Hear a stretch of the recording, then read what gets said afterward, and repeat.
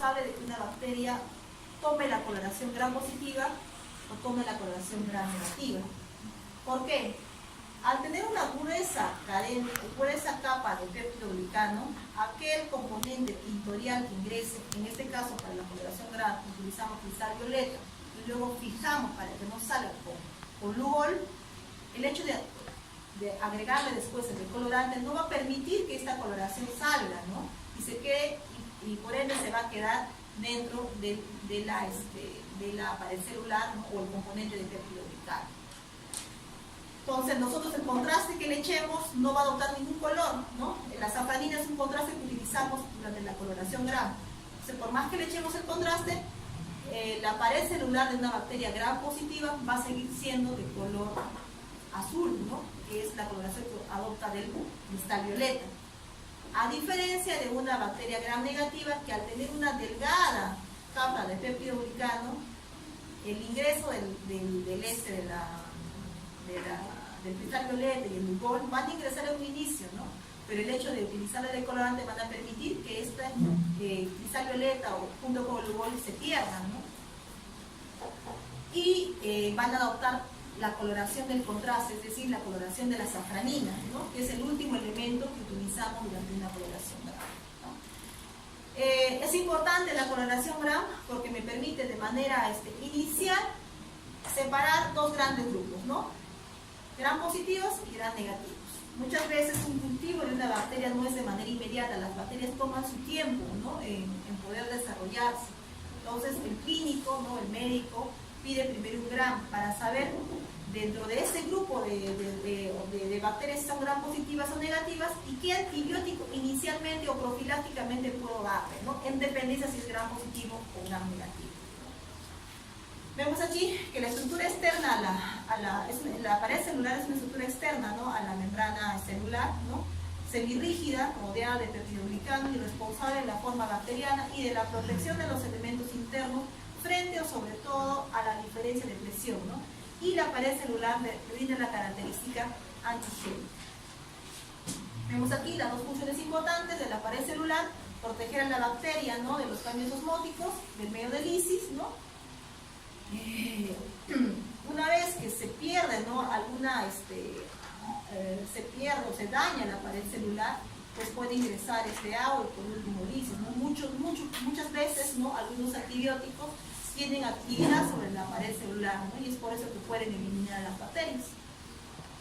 Mantienen la forma, tenemos la forma circular, ¿no? Pocos, la forma alargada, bacilos, la forma espiral, conocidos como espirilos. Vemos aquí más esquemáticamente las características de una pared bacteriana: gram positivo, 90% de peptidoglicano, gram negativo, 5 o 10% de peptidoglicano. Una característica importante de la bacteria gram negativa que no lo tiene la gram positiva es la presencia de una membrana externa, ya propia del gram negativo. Vemos aquí esquemáticamente cómo es una bacteria gram positiva. Capa grande, ¿no? De peptidoglicano. Esta pared es muy porosa, permite el ingreso de diferentes nutrientes, ¿no? Aparte, está rodeada o está anclada, ¿no? Por ácidos lipoteicoicos, ¿no? Que se anclan o atraviesan la pared celular y se anclan, ¿no? Sobre la membrana interna o citoplasmática, y los ácidos teitoicos. La importancia de los ácidos lipoproteicos ya es que van a permitir, ¿no? al organismo, ¿no? A reconocer componentes de ácidos teitoicos, generar una respuesta inmune, ¿no? Para poder eliminar a las bacterias. Los ácidos teitoicos le dan la virulencia a una bacteria gram positiva. Vemos aquí la estructura de una bacteria gram negativa, mucho más compleja, ¿no? A diferencia de las bacterias gram positivas. Dos capas importantes que mencionar: una que no tiene las bacterias gram positivas, que es la membrana externa, ¿no? Otra capa, ¿no? Que sí tiene, pero en mayor proporción las gram positivas. Esta la tiene en un 5 o 10%, que es la capa de peptidoglicano. Entre la capa externa y la capa interna, ¿no? O la membrana interna, la parte externa de la membrana interna del citoplasma nosotros tenemos a un espacio, ¿ya?, que se llama el espacio periplasmático. En el espacio periplasmático están diferentes enzimas, ¿no?, beta-lactamasas, proteasas, ¿no?, que le van a dar características a diferentes bacterias gram negativas. Por otro lado, resaltar que la capa externa, ¿no?, aparte de darle forma a la bacteria gram negativa, le sirve de capacidad o de característica antigénica, ¿no?, genera endotoxinas a través de sus lipopolisacáridos que están en la parte más externa de la membrana externa, ¿no? La parte más interna está constituida por fosfolípidos. Disculpe, buen día. ¿Nos pone aquí biología 9:40? Un ratito más, ahí te termino, por favor. Ya. Está bien que... Bueno, les decía que existe una estructura, le mencionaba que existe excepciones a la pared celular micobacteriana, y una de ellas, a la pared celular, la forma que tienen las micobacterias, ¿no? Las micobacterias, a diferencia, ¿no?, de los gram positivos y gram negativos, tienen entre sus componentes, ¿no?, como vemos en esta imagen, a los ácidos micólicos, ¿no? Ácidos micólicos, arabinogalactano. La bacteria o la micobacteria, ¿no?, es una bacteria ácido-alcohol resistente, gracias a estos ácidos micólicos, ¿no?, o arabinogalactano, que se encuentran en la parte externa o anclados, ¿no?, al componente que toda la bacteria tiene. ¿Cuál es ese? El péptido glicano. Les mencionaba también que los micoplasmas es una excepción, ¿no?, a las bacterias, ¿no? No tiene pared celular. Y los componentes externos del microplasma lo obtienen una vez que se encuentran dentro de una célula, ¿no? Es por eso que no hablamos de gram positivos ni de gram negativos en micoplasmas, tampoco en micobacterias, ¿no?, como el micobacterio tuberculosis encargado de desarrollar la enfermedad de la tuberculosis, ¿no? Hablamos aquí de bacilos ácido-alcohol resistentes. Otro componente, la membrana citoplasmática, contiene ADN cromosómico, ARN mensajero, ribosomas, proteínas y metabolitos, ¿no? Vemos también que está constituido por cromosoma bacteriano, una molécula circular doble, constituye en el núcleo, sino también una zona denominada nucleoide. Vamos a encontrar también en la membrana citoplasmática, ¿no?, un material genético extracromosómico, como son los plásmidos, virus bacterianos o fagos, que se transmiten ya sea por transformación, traducción y conjugación. Aquí está la subunidad, ¿no?, citoplasmática de una célula bacteriana, ¿no?, que es la subunidad 70S, a diferencia de las células eucariotas que tienen la subunidad 80S. ¿De qué está constituido, no, este elemento que es el citoplasma bacteriano? Material acuoso, un 70%, los ribosomas, que cumplen la función de síntesis de proteínas, y algunos cuerpos de inclusión, que son depósitos, ¿no?, o reservas de glucógeno, almidón y lípidos. Bueno, otro componente importante de la bacteria son las membranas citoplasmáticas. Quedar aquí, como lo leen ustedes, chicos, pero lo más importante de la membrana citoplasmática es que cumple la función de la mitocondria en las células eucariotas. Es decir, le permite ingresar nutrientes y, por otro lado, le permite también, ¿no?, generar energía, ¿no? Es más, pueden participar en la síntesis de DNA. Hay diferentes mecanismos que no es motivo de esta clase, esto lo vamos a ver cuando hablemos de genética bacteriana, ¿no?, por las cuales esos nutrientes externos pueden ingresar, ¿no?, hacia la parte interna o citoplasmática y cumplir la función principal, que es sintetizar DNA, ¿no? Elementos facultativos no obligados, ¿no?, glicocálix, pueden ser tipo cápsula, tipo slime, ¿no? Son de estructura lipopolisacárida que se encuentran por fuera de la pared celular, muy hidrosolubles, son innecesarias para el crecimiento, sin embargo su importancia radica en la supervivencia de las mismas, ¿no?, en el organismo hospedador. La cápsula es poco antigénica, no le brinda la posibilidad a la bacteria de no ser eliminada ni fagocitada por los macrófagos, ¿no?, actúa como una barrera ante diferentes condiciones externas. Y además la cápsula, ¿no?, le brinda un factor de virulencia o adhesión, ¿no? Entonces hay ciertos organismos como el Streptococcus que tienen cápsula, causante, por ejemplo, el Streptococcus de lo que es la neumonía, ¿no? El Streptococcus mutans, ¿no?, que tiene una capa muy delgada, muy laxa, ¿no? De manera muy irregular, como el estreptococo mutans, ¿ya? ¿Qué diferencia de una cápsula y un slime? El slime es una capa más delgada, más laxa y de característica irregular, a diferencia de una cápsula. Vemos aquí imágenes, ¿no?, de cápsulas, ¿no?, de estreptococo, de un neumococo. Otro elemento que es un elemento no obligado también es el flagelo, que son apéndices piriformes de mayor longitud, ¿no? Están formadas, ¿no?, de fibrillas proteicas compuestas por una proteína que se llama flagelina. Por su ubicación, los flagelos, por su número, hablamos de monótricas, un solo flagelos, lofótricas, penacho de flagelos, anfítricas, hay flagelos en ambos polos, y las perítricas, que pueden tener flagelos en toda su superficie. Fimbrias o pilis no le dan movimiento, lo que simplemente los pilis pueden ser elementos para adherirse a otra bacteria, pueden servir también de adhesión a sustratos, ¿no?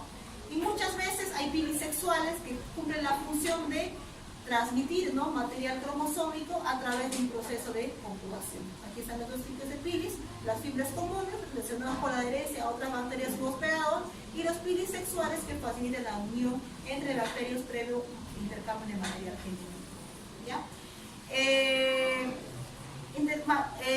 Intercambiar material genético, ¿no?, muchas veces está relacionado con la resistencia, ¿no?, de las bacterias a algunos antibióticos. Por ejemplo, la transferencia de las famosas beta-lactamasas, ¿no?, estas enzimas que se transmiten, ¿no?, a través de este mecanismo, ¿no?, que le va a crear resistencia a los antibióticos beta-lactámicos, como por ejemplo la penicilina, ¿no? Hay formas de resistencia. Otra forma de resistencia es la forma de esporas, ¿ya? La forma de esporas se presenta cuando hay una situación desfavorable, ¿no? Puede decir, por ejemplo, no tiene el nutriente adecuado ese microorganismo, ¿no? La forma de espora es una forma de latencia. Puede este microorganismo que está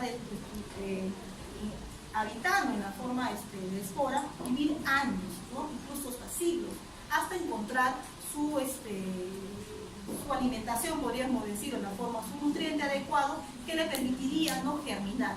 ¿Qué ejemplos tenemos de formas de bacterias en forma de esporas? Bacillus anthracis, Clostridium botulinum son ejemplos de bacilos que forman esporas. Aquí vemos la estructura de una espora, ¿no?, que tiene una doble capa de péptido glicano, tiene diferentes cubiertas, que justamente es brindarle resistencia, ¿no?, al microorganismo que se encuentra en el interior, ¿no?, ante situaciones de calor extremo, ante situaciones de desecación, y le permite vivir en ese estado de latencia, ¿no? Vemos cómo, frente a un estado, ¿no?, de falta de nutrientes, el bacilo, por ejemplo, anthracis, puede automáticamente sintetizar una doble cadena o una cadena, por hecho, de DNA, ¿no?, generar sus membranas que van a cubrir las esporas y posteriormente salir al medio externo, ¿no?, en forma de esporas, y vivir así, ¿no?, hasta que encuentre un medio adecuado para poder germinar. Esta es la forma de esporas, ¿no? Los tipos morfológicos de las bacterias, les mencionaba que tenemos diferentes formas: cocos, bacilos y espirilos, ¿no? Dependiendo de su agrupación, podemos hablar de diplococos, van en parejas, cocos, ¿no?, en parejas; estreptococos van en cadenas; estafilococos en forma de racimos. Ahora, los bacilos son microorganismos alargados, así lo vemos microscópicamente. Si van en parejas, diplobacilos; si van en cadenas, estreptobacilos. Y si encontramos microorganismos en forma de espirilos, ¿no?, pueden ser bien espiroquetas o pueden ser bien vivos. Hay clasificación bacteriana de acuerdo a la morfología, y hablamos de los cocos, los cocos y los diplococos y los bacilos y las espiroquetas, de acuerdo a la característica editorial, ¿no?, gram positivos, gram negativos, los bacilos ácido alcohol resistentes, de acuerdo a su crecimiento en oxígeno, aerobios, anaerobios, anaerobios facultativos o anaerobios no facultativos también, ¿ya? Estas son las formas. Vemos aquí la clasificación de los anaerobios, ¿no?, gram positivos, gram negativos, ¿no?, que durante todo el curso vamos a desarrollar, ¿ya? Bueno, ya para terminar, ¿cuál es la importancia, ¿no?, qué función cumplen estos microorganismos en el medio ambiente, ¿no? Muchos de ellos son parásitos que nos producen enfermedades, ¿no? Cuando sobre todo hay un descontrol entre el huésped, ¿no?, y el hospedador. Nosotros usualmente podemos tener en nuestro organismo microorganismos, ¿no? Nuestra estructura colónica, por ejemplo, el colon está lleno de microorganismos, ¿no? Pero no significa que nos producen enfermedad. Cuando existe un desbalance entre los organismos y esas bacterias, no se va a generar la translocación bacteriana y va a producirse una enfermedad. Y ese microorganismo que habitualmente era parte de nuestra flora puede migrar a zonas estériles, ¿no? A zonas donde no existían microorganismos que ocasionan ahí la enfermedad. Algunos pueden tener actividad mineralizante, ¿no? Descomponen materia orgánica mineral. Algunos pueden tener actividad fermentadora, el papel de diversos microorganismos, ¿no? Sobre todo algunos hongos, ¿no? De producir, por ejemplo, el yogur, ¿no?, el vino. Otros pueden tener características de biodegradantes, ¿no? Eliminan el suelo o el agua producto de desecho.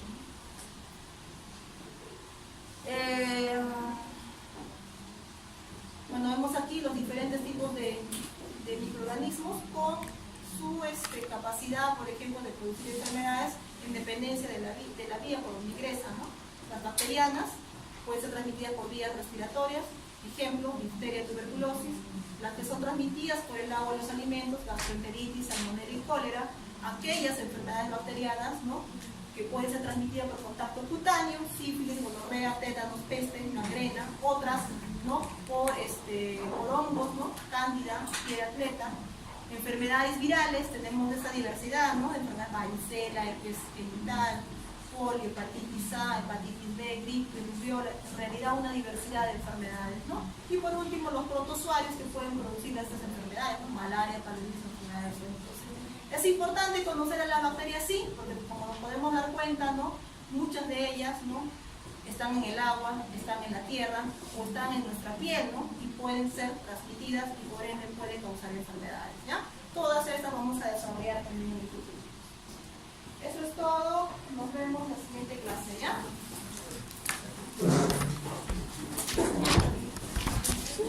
La clase la tiene el compañero de